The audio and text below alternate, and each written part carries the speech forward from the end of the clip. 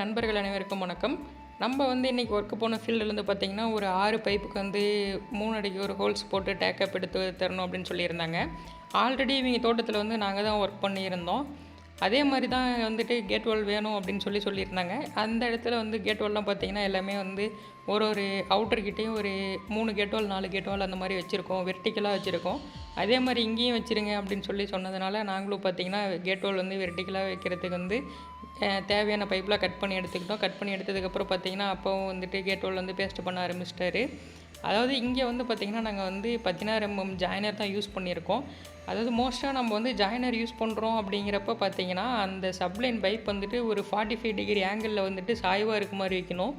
அப்போ தான் பார்த்திங்கன்னா இன்லைன் ஹோஸ் கனெக்ட் பண்ணோம் அப்படின்னா அந்த ப்ளைன் லேட்டரில் மடங்காது, அப்படியே ஒரே ஃப்ளோவில் இருக்கும். ஒரு சிலர் அந்த மாதிரி பண்ணுறதில்ல. அந்த தப்பை யாரும் இனிமேல் பண்ணாதீங்க. அதாவது நீங்கள் ஜாயினர் போட்டிங்க அப்படின்னா ஒரு 45 டிகிரி ஆங்கிளில் சாய்வாக வச்சிங்கன்னா மட்டும்தான் வாட்டர் ஃப்ளோ கரெக்டாக இருக்கும். அடுத்து சப்லைனில் பார்த்திங்கன்னா ரைசர் பைப் எடுத்தாச்சு. ரைசர் பைப் மேலே கேட் வாலும் ஃபிக்ஸ் பண்ணி மெயின் லைன் கூட லிங்க் பண்ணியாச்சு. அடுத்து அனதர் எண்டில் ஃப்ளஷ் வால்வும் கனெக்ட் பண்ணிட்டோம்.